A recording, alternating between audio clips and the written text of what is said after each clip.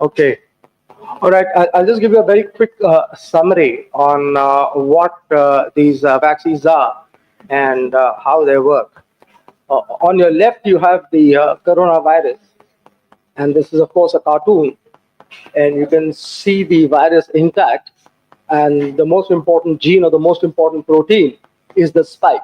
Now, all these vaccines are directed against this spike. Okay, so you have the spike which is produced by the coronavirus, and now we have the AstraZeneca vaccine. The so-called beauty of the AstraZeneca vaccine is that the code to make this spike is kept inside a virus. This is a chimpanzee virus. This is an adenovirus, which causes the common cold. And this virus cannot replicate. So if I inject this virus into you, you don't get the cold, but the virus with the code can enter your cell, and after entering your cell, it can enter the nucleus. Once it has entered the nucleus, then it gets into your DNA. Now, this is a very important thing because it is getting into your DNA, and therefore it has the potential of tinkering with your DNA. It can, for instance, activate a cancer-producing gene, or it can also, if it wants, suppress a cancer-suppressing gene. All right, so therefore it can promote cancers. So the important thing is that the AstraZeneca vaccine not only gets into your cell, but actually gets into your nucleus. That is very important. And it integrates with your DNA. So therefore, it can stay there permanently. You can also impart it to your children and to generations ahead. As opposed to the AstraZeneca vaccine, this is the more commonly used vaccine, that is the messenger RNA vaccine. Here again, you have the virus, you have the spikes. Here they have the code in a messenger RNA. Now I'm trying to make these things very simple for you. This is not. I'm trying to make a very technical subject which is quite complex. I'm trying to make it simple. Here the messenger RNA is put inside a lipid envelope or a lipid particle, and this is injected, and this lipid particle then enters your cell, but it does not enter your nucleus. It does not enter the nucleus. Therefore, apparently, it does not interfere with your DNA. However, it does go to the ribosomes. The ribosomes are the factories in your cells which produce the spike protein. The entire requirement of these vaccines is that they make the spikes. Your body recognizes the spikes as a foreign body and makes the necessary antibodies. So therefore, if you are infected in the future, these antibodies act against the virus. Now, this is very, very important because when this was done, when the messenger RNA vaccines were made, there were many people who said, look, hang on, you are saying that this vaccine of yours does not enter the nucleus. What if it does? What if it does? So the CDC assured them that these vaccines deliver instructions to teach your body to build protection against COVID-19, but the material never interacts with your DNA. The CDC assured the world that their messenger RNA vaccine never entered the nucleus, nor did it interfere with your DNA. So this was a big distinction. However, now we know that this was untrue. This was not the truth. This was a very misleading comment, a statement by the CDC. Now we know that their vaccines are contaminated by DNA. Not only are they contaminated by DNA, that means that their vaccines can enter the nucleus and can integrate with the human DNA. All right? But of course, the messenger RNA vaccines do not concern us. I'm just trying to give you a background as to what and how these things have evolved. Now, the most interesting thing about the messenger RNA vaccines is the fact that that envelope which I talked to you about, the envelope or the parcel in which the messenger RNA is kept, right? The message. which is actually the blueprint or the recipe to make the spike protein, that envelope is actually a lipid molecule. That means it's made of fat. The horrific thing is that this fat has never been used before. Never been used before in humans and had never been used before in animals. So this is from the fact sheet of the company that makes these lipids. Okay, the other big thing which has emerged now is that when they made the messenger RNA vaccines in the millions, maybe in the billions, they had two processes. One was that the messenger RNA vaccine was made in a machine. So that was more expensive. That was more time consuming. But because they needed these vaccines very fast at warp speed, they used a bacteria called E. coli to make these vaccines very rapidly. And in the process, this had to happen. Their vaccines got contaminated with DNA. That became a problem. Now the fact emerges that the vaccines which were used by process one, or the first process, the machine process, was used in the trials. Whereas the vaccines which were used in the public, which were mass produced in the millions, they were not used in the trials. Therefore, the vaccines which were employed in all these Americans and Western Europeans and the Japanese and the Singaporeans, that vaccine had never been tested in humans either. Okay? Please ask me the question after I finish. Now, the other very important thing here is that I want you to hang on to what I'm saying, that they have used a lipid nanoparticle, that envelope or the parcel which carried the messenger RNA, that had never been used before in animals or in humans. Please hang on to this, because now I will connect this, collate this with the Covaxin vaccine. Keep this in mind, all right? So this is again the same stuff. Two companies made this for Pfizer and Moderna, and this stuff has never been used. This is the envelope, the lipid nanoparticle. So now we come to our own inactivated vaccine, which is the traditional vaccine. What they do here is they take the pathogen, take the virus, inactivate it. That means they kill it. You can kill it by irradiation, you can kill it by prophylactone. In this laboratory, in the biotech, they used a beta prophylactone to inactivate the virus, to kill the virus. Now when they introduce this virus, so this also now clears that controversy: do viruses exist or do they not exist? To make this vaccine, there had to be a virus which they kill with that chemical. Now this vaccine or the killed virus is injected into the human body, and therefore you have the production of antibodies which will act against a future infection. Now that is the theory behind the inactivated vaccine and the other gene-based vaccines. Okay? So when, before I say anything more, I normally am not known to be a person who minces his words. I'm pretty blunt and pretty direct in what I say. So if we come straight to this big headline news in the London Times. The London Times is considered a very prestigious newspaper. And this, of course, says somewhere in 2021, because remember, the vaccines rollout took place in January 2021 in our country. And I think in the United Kingdom also they took place at the same time, whereas in America, I think they took place in December of 2020. So when these vaccines came, the British are as nationalists as us. They're also very patriotic people. So they brought out this headline that the Oxford vaccine is 100% effective against severe COVID in a US trial. This is somewhere in April of 2021. Some date, I can't read the date. But at the same time, the London Times has this bit of news that academics back bizarre claim that jabs may kill. So therefore, as early as the first half of 2021, we had people, we had academics, we had scientists who were claiming that these vaccines can actually kill. You see, you have this bizarre situation Now we're talking about the Covishield vaccine. We have been talking about the Covishield vaccine before I spoke. All right. The Covishield vaccine is being lauded by the London Times as being 100% effective.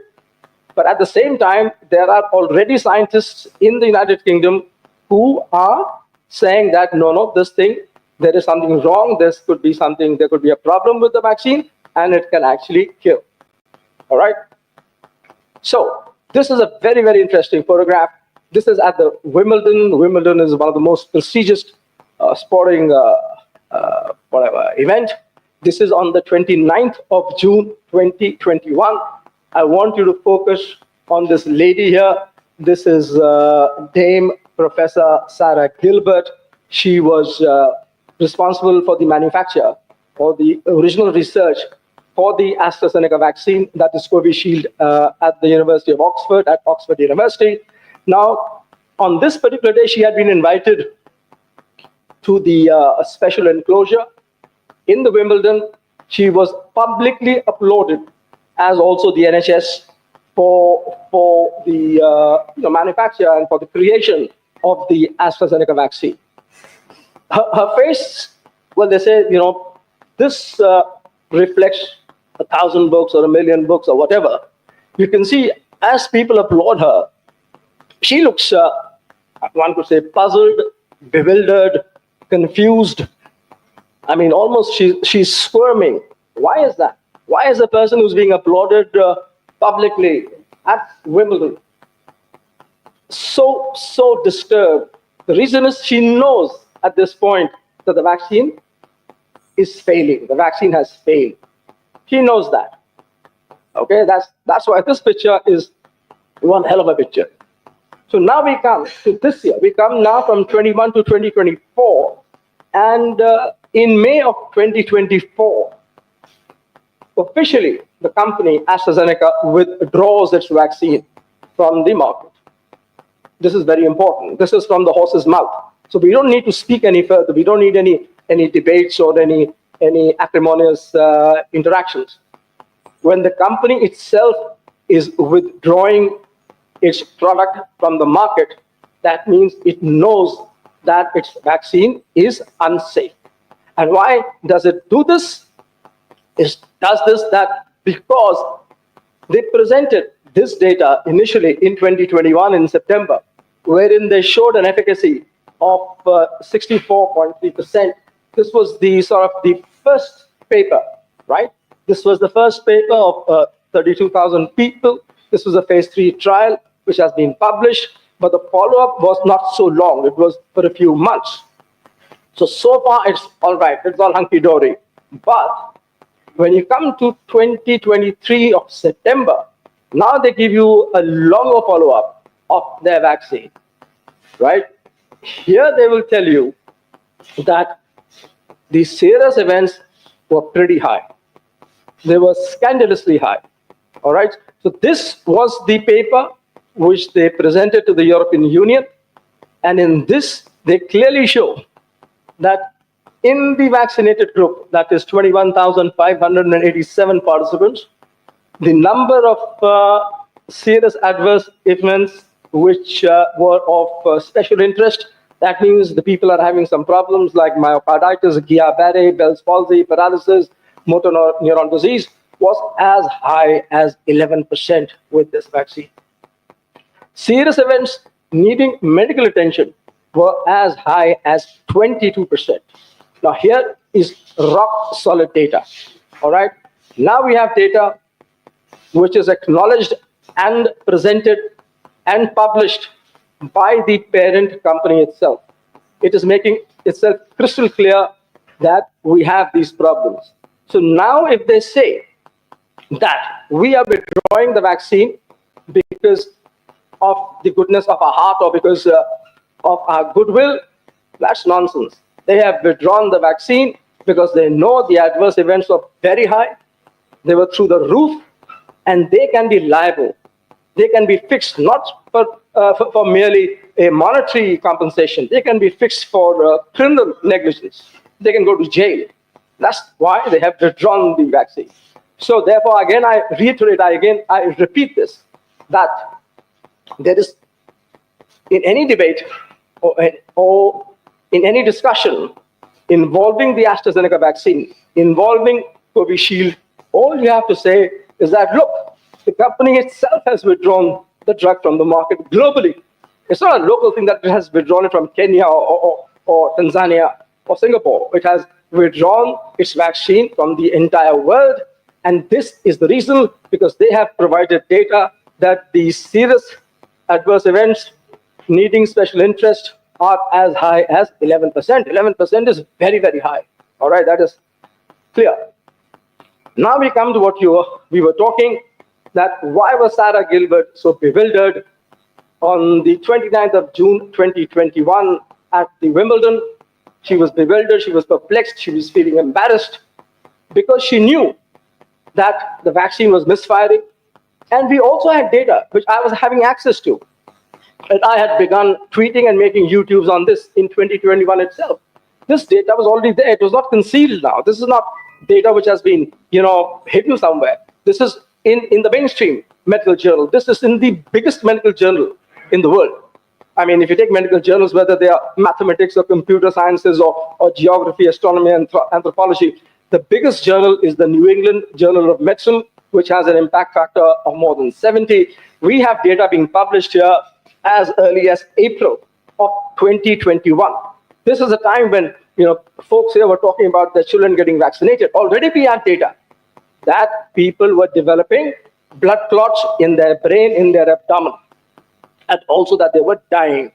The mortality ranged even at that point of time from 20% to 70 to 40 to 50%, which is a very high mortality once they had these clots in their brain.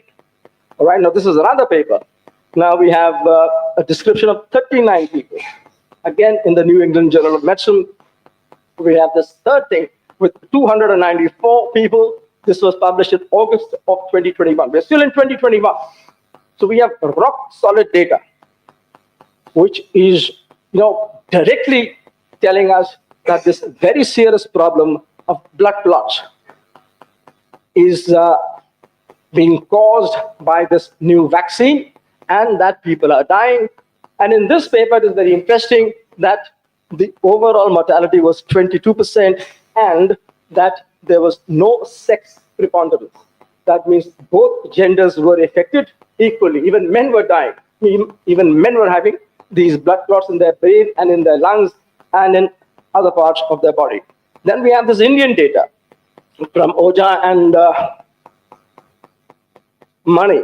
This has been published in the Annals of Vascular Surgery. Here they have a total of 20 studies. The average age is in the late 40s. 2/3 of these blood clots were in the venous system. 1/3 of these blood clots were in the arterial system. So let's go for the arterial system because that's my territory. Of these, the most were causing heart attacks, that is myocardial infarction. And next common were strokes, that is clots in the brain. The other kind of clots, where you get paralysis. Okay, and the venous clots were in the brain, in the abdomen, in your legs, and in the lungs. So we have Indian data also. And most importantly, most crucially, 93.7, that is 94% of these cases had been vaccinated with the Astra Zeneca vaccine, that is the ineffective vaccine. This is a timeline, I've already told you this. The vaccines were rolled out in January of 2021. By March, people knew that people were developing blood clots in their brain, that people were dying, and that's why the first country to suspend the use of the AstraZeneca vaccine was Austria.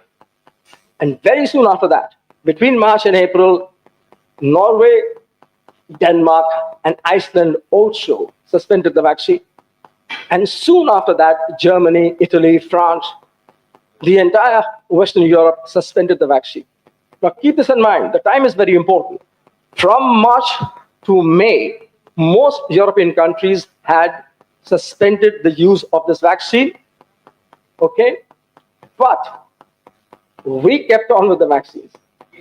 And to quote, with great vigor, I won't name the gentleman concerned, with great vigor, we carried on with aplomb that We can go on with this vaccine. When the rest of the Western world, the industrialized world, has stopped the usage of this vaccine. Now, this is also very important, because after that, you see, the data then becomes very little.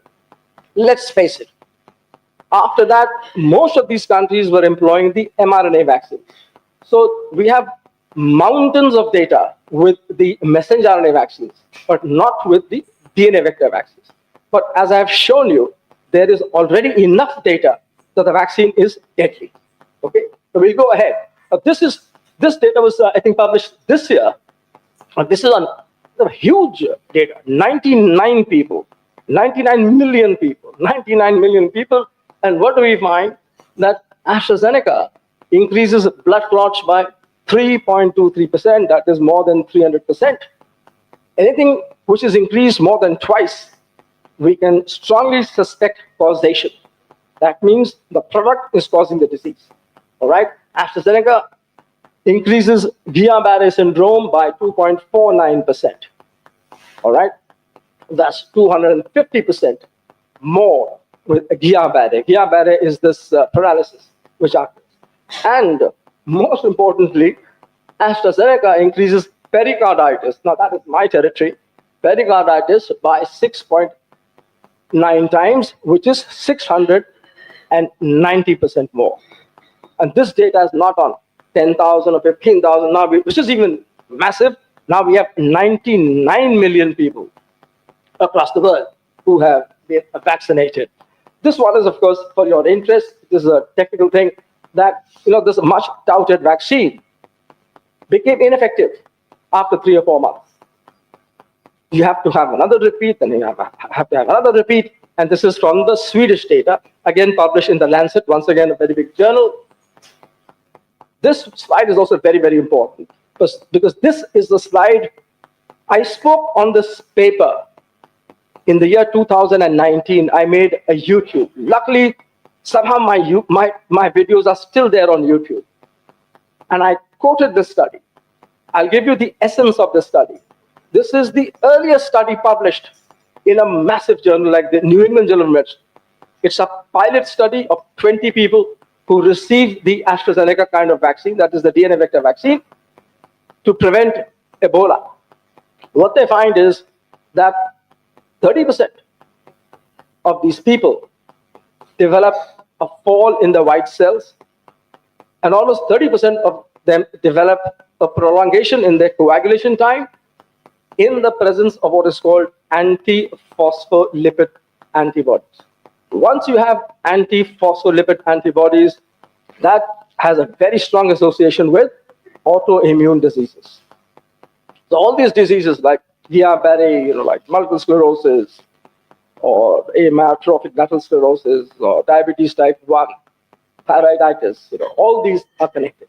So this paper is a classic paper, and this is published when? This was published in yes, no, hang on. I'm still in this stuff. I'm still in that. No, this one is completely different. This is the data published in South Africa, which is showing that the efficacy of the AstraZeneca vaccine is a mere 10%. So you're using a deadly vaccine. You're using a vaccine which has no efficacy. You're using a vaccine which lasts only for 2 or 3 months, right? And you're using a vaccine which can cause these serious problems, which I have discussed. Now, off the topic, we go away from AstraZeneca vaccine. We come on to myocarditis, which is my territory. I am a cardiologist, so therefore my specialty is cardiology. Okay, so this has been published recently, just about 2 months back, and this is again massive data. This is in lakhs of people in Japan who received the mRNA vaccine, not the AstraZeneca vaccine. But what it is showing is that the chances of developing myocarditis are increased by 15 times, which is huge. That means the chances of developing myocarditis and pericarditis is increased by 1,500% in this study, which involves lakhs of participants who have received the vaccine. This is another important study. This is an autopsy study. And if somebody asks you, look, where is the proof? Where is the causation? You're just stabbing in the dark. You're being ephemeral. You're being abstract. We have now autopsy studies we have autopsy studies. This one is on, this is again very important for you, Mr. Venugopalan, because here we have 28 autopsy studies, people who have died. Of these 28, 26 died because of a cardiac problem. 2 died because of multi-system inflammatory syndrome. All right? So a small percentage of people have died because of a multi-system inflammatory syndrome, which means all the organs are affected. You have fever, these organs are affected, and then you die if you're not treated adequately or if you're not lucky enough. Okay? Now, in this autopsy, what they found out was, now this is again very important. Somebody might ask you, how do you prove that this person has died because of the vaccine? You prove it by showing them these brown things. These are the sites. Okay, so now you have proof. Okay, this is, well, I don't know whether it's circumstantial evidence in jurisprudence or this is again a rock solid evidence.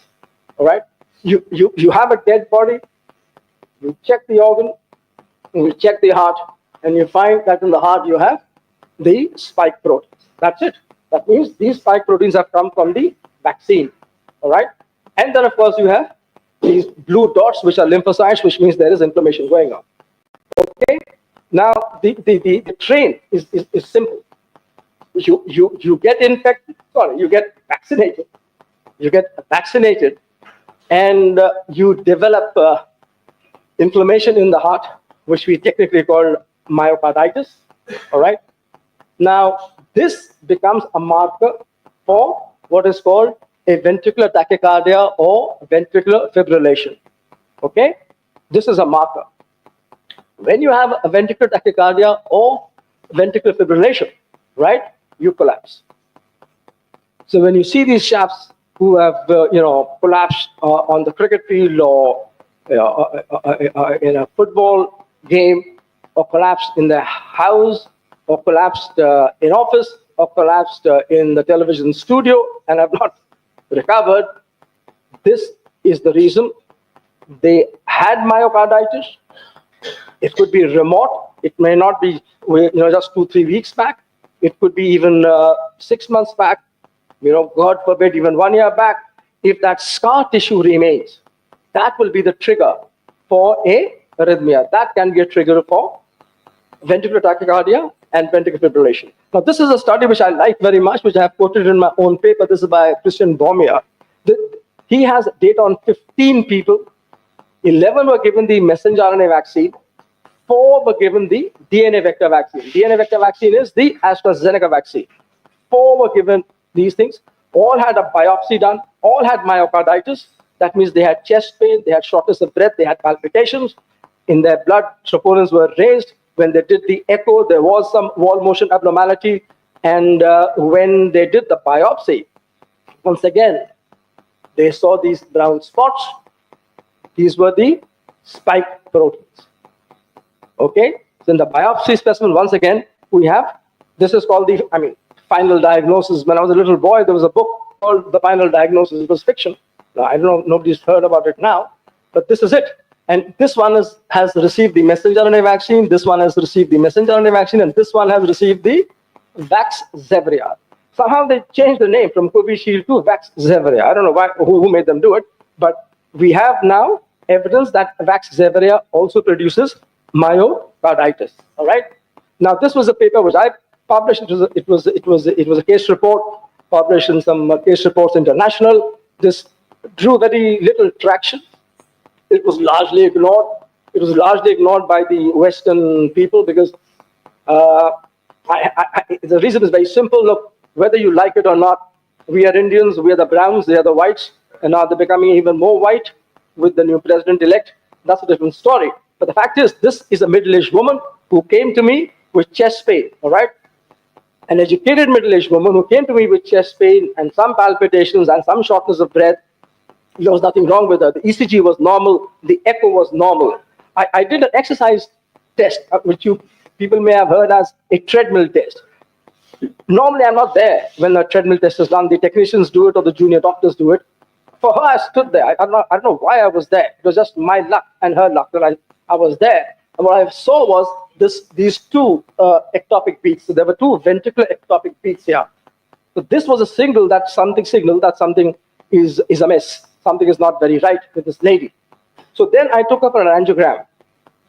The arteries were clean. There was nothing wrong with the arteries. So we have a middle-aged lady who's come in with chest pain.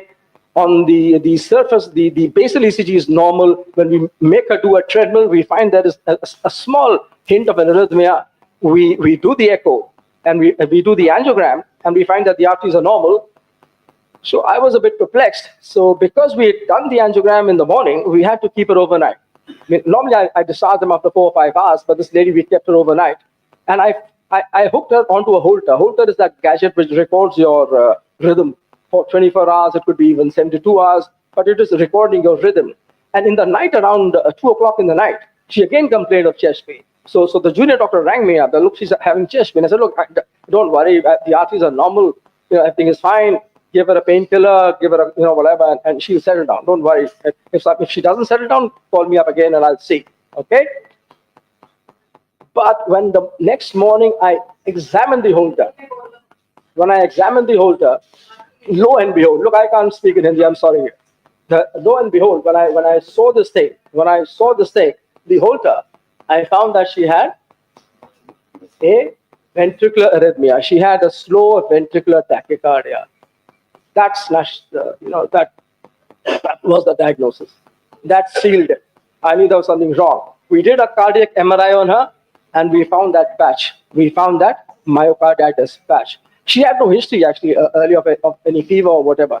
But this was a case, a woman, chest pain, arrhythmia, Holter is showing ventricular tachycardia, and the MRI is showing a patch. So that's it. Now, but there were other reports also, like this report, concomitant myocarditis and painless thyroiditis after Astra Zeneca coronavirus disease 2000 vaccination, a case report. So once again, you have MRI pictures showing these white spots, which are suggestive of myocarditis. And then you have this again, another autopsy report from the Germans. This is by Morse. This is again, and this again is showing again the same thing. It is showing the spikes, and it is showing lymphocytes, showing the cells which cause inflammation. All right. Now this was the study which I was talking to you about. I mean, the one that was published way back. This was published way back in 2017.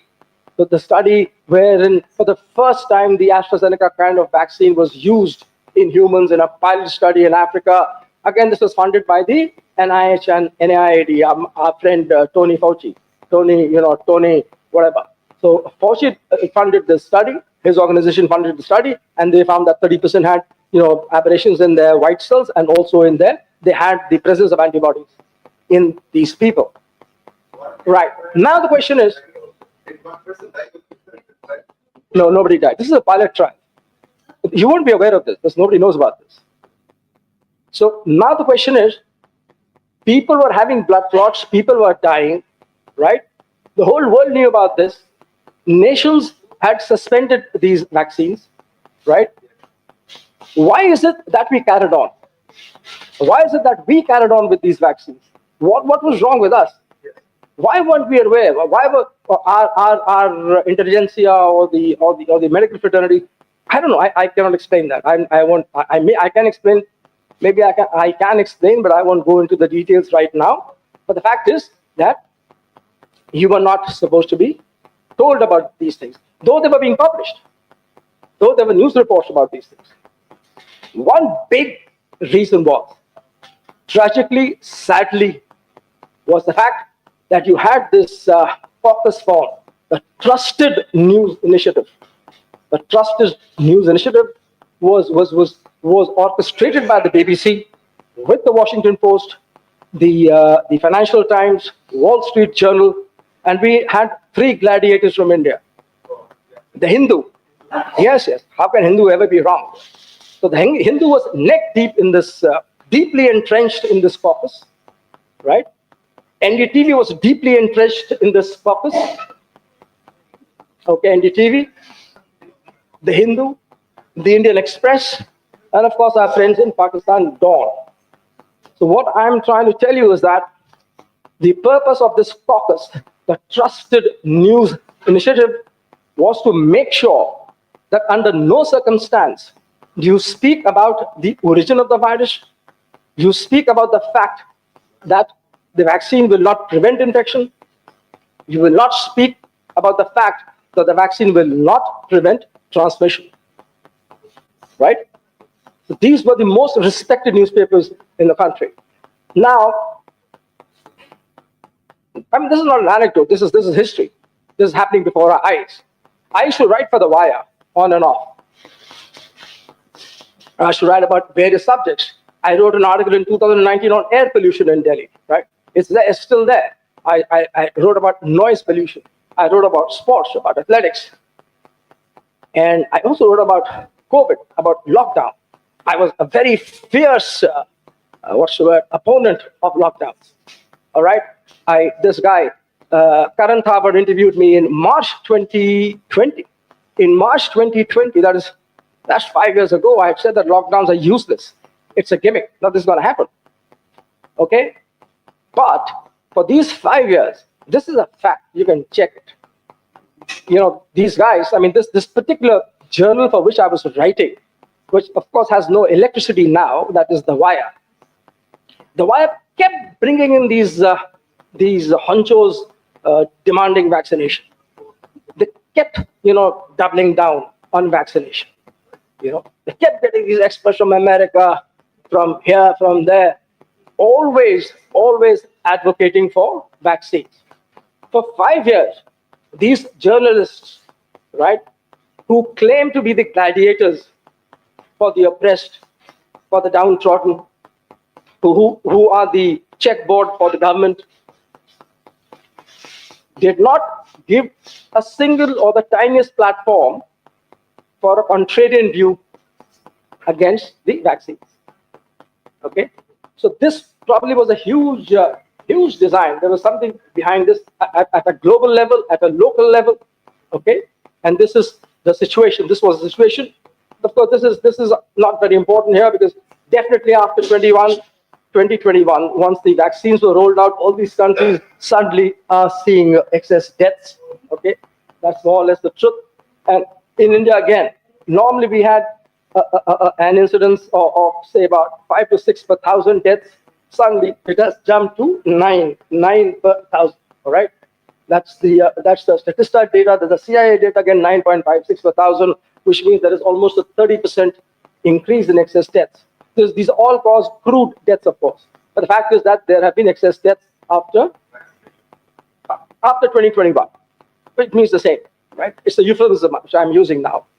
Now, of course, this is a very recent study which has been published, I think, again, a few weeks back. And this is there's a place in Washington State. It's called King County, and it has only 2 million people. 2 million people would be a smaller population than Noida. And 98% of these people have been vaccinated. But what you find here is that you have excess deaths, which have jumped from 11 per year to 147, what again is a huge increase in deaths. But then again, they were being given the messenger RNA vaccine. So, it doesn't affect us. But this is a very important study. This was published for 1 day in The Lancet and then redacted. It was removed because of pressure. It has been published 2 days back on the 17th of June, on the 17th of November. This is, I don't have to see it because I know it by heart.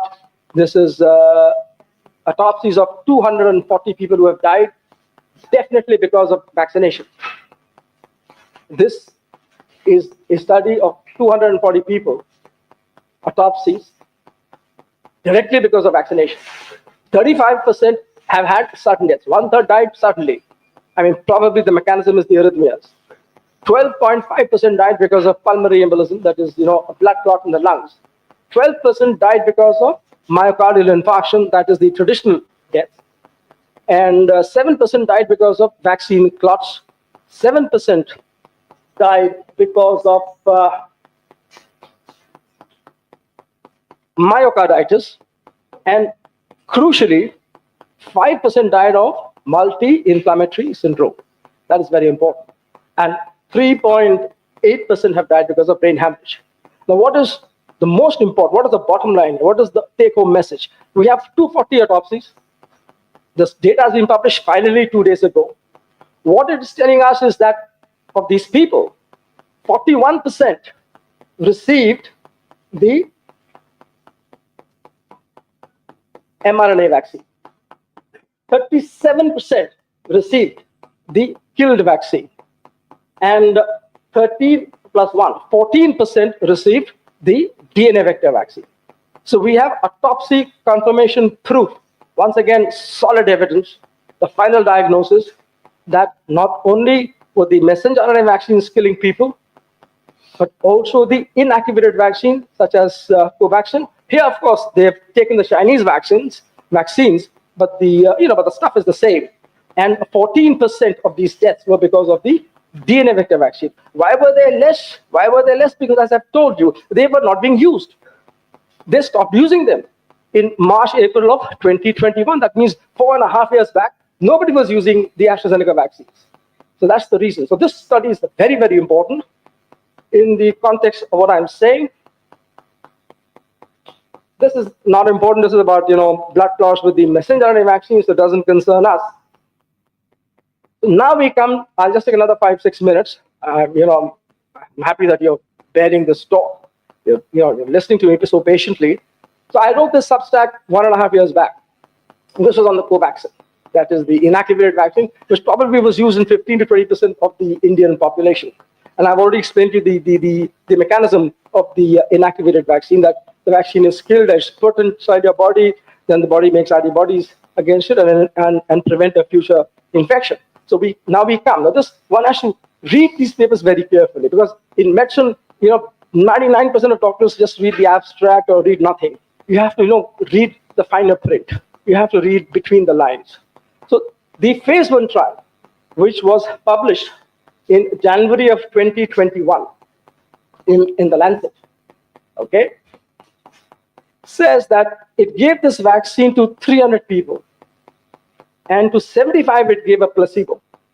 All right. Of these 300 people who got the vaccine, 1 person was hospitalized. So that is a serious thing. Right? If a person is hospitalized for 1 week, they give the duration.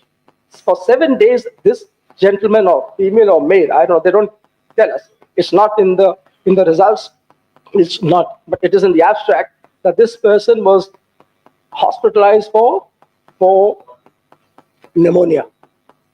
But in the results, they tell us that the patient did not require oxygen and the patient was stable. But you already have a signal that out of 300 people, 1 person is falling sick. And the follow-up is just for whatever, 4 weeks or 6 weeks or whatever, right? 1 person out of 300 gives you an incidence of 0.3%. That's how much? That's 3,000 per million. So you have 3,000 per million, serious adverse effects, which is pretty high by any standards. Okay. Then the other thing is that was published in January, but in April of 2021, they tell us about their animal study, which was done on some rats and rabbits, a few rats and a few rabbits. Okay. Here, the authors make it a point in their conclusion that their killed vaccine, the long-term protective efficacy of these vaccine candidates is unknown. The long-term effects is unknown. And we don't know whether it can tackle other COVID strains, right? That is also very important. And the most important thing is we do not know the mechanism of our vaccine, the adjuvant put in our vaccine, okay? And this has been published 3 months after the phase 1 trial. So the human trial has been published in January. You can see the haste, you can see the hurry in these people to publish their data, and you can see the haste and the hurry of a journal which is, I think, 200 years old, the Lancet, publishing that data. So somebody was putting in enormous pressure on the Lancet to publish such a study. Normally they would have rejected the study, okay? Then, of course, because when I published my paper, I had to do the research. I mean, how many other reports are there of myocarditis caused by this killed vaccine. So then I found this curious. This again is of a man from South Asia. They mentioned South Asia. South Asia could be from India, has to be from India. And he went to America and had myocarditis, classic symptoms. He was hospitalized, he became very sick. And they took a biopsy and they did find that he had myocarditis. This is confirmed that the killed vaccines were causing the vaccine.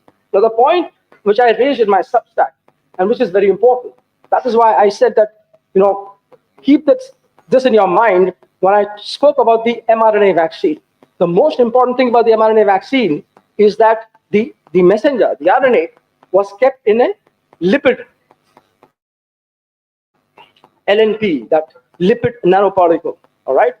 It was kept in a lipid nanoparticle. The parcel was made of fat, okay, which had never been used before and which was not advised to be used either in humans or in animals. I have shown you the fact sheet from the parent company earlier. So again, right, so that thing was never used in human beings. Now we come to our Covaxin. Covaxin used an adjuvant which had never been used before. So Covaxin, which was injected in lakhs of people, had an adjuvant. What is an adjuvant? You see, in a killed vaccine, the response is not so good. It is not so robust. So therefore, you add something which can create a better antibody production. So they used a new thing called alhydroxyquim, which was a mixture of aluminum plus this new molecule. And this had to act on the toll-like receptor agonist. The promise was that it would, kickstart a better immune response. But you must keep in mind that this had never, ever been used before. All right, so these people used this. And of course, that initial study, was funded once again by our friend Fauci, by the NIH. So we used a vaccine which used an adjuvant which had never been used before in lakhs of people, and which we know can kill people, can cause myocarditis, and various other problems. All right, and of course, the Times of India, that was the NIH, proudly announcing the development of that adjuvant, and this was sometime in June or July of 2021, and this is the Times of India echoing that, very loudly, that the Fauci-led NIAID-funded Covaxin efficacy booster adjuvant, the US NIH. Of course, at that time, Fauci was a rock star, and till recently he's been a rock star in the field of medicine. Now, of course, this is the inactivated vaccine, the phase 3 trial. Now we come to another very big gimmick in the field of vaccinology. So we have the phase 3 trial, which has been published with the inactivated vaccine. What they say is that the side effects were the same whether it was used in the treated group or in the control group. But what they don't tell you is that the control group also did not have a placebo. It also had the aluminum adjuvant in it. So if you give both groups the same toxic substance, how do you distinguish between the adverse effects? You cannot tell whether one is causing more or less adverse effects. It will boil down to the same. I think that's it. Can you bear with me for another 2 minutes or 1 minute, or time is up? Your Lordship. Sorry? Okay, just 1 minute, because this finally I'm going to give you some reassurance, all right? I don't want you to. This is not a doom and gloom lecture, okay? This is a brilliant graph. This, you have to focus on this graph. This graph is fantastic. This is from Denmark, scientists from Denmark who checked these batches of the vaccines, the mRNA vaccines, right? They checked these mRNA vaccines which were being distributed in Europe, and of course in Denmark itself.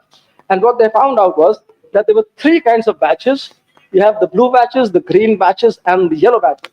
They find that the blue batches cause a lot of adverse effects, massive adverse effects. The green batches cause a moderate amount of adverse effects, but the yellow batches cause no effect, no adverse effects, which means that the yellow batches were placebos. And these were tested at the Paul Ehrlich Institute, right, which is the most prestigious regulating agency in Germany and for Europe. The PEI, that is the Paul Ehrlich Institute, was testing for the integrity of these vaccines for all of Europe. So the reassuring take-home message is that if in Europe 30% of the vaccines were dummy, if they were placebos, there is a very strong chance that even in our own country, there is a possibility, I cannot validate it, I cannot confirm this, that maybe 30%, maybe 25%, maybe 40% of the vaccines which were rolled out in our country, both the Astra Zeneca and Covaxin, were dummies. They were just saline. I think I'll stop there, right? Okay, I'll stop there. Thank you very much.